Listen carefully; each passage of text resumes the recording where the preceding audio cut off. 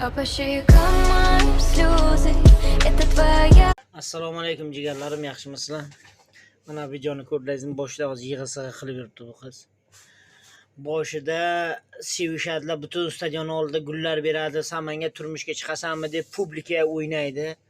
Publika o'ynagandan keyin nasib ajrashni ham publika qo'yadi. Bana bizni yoshlar qarayveradi. Bular bu o'zbekchilikda madaniyat, o'zbek madaniyatini chichib qo'yapti-da mana bular.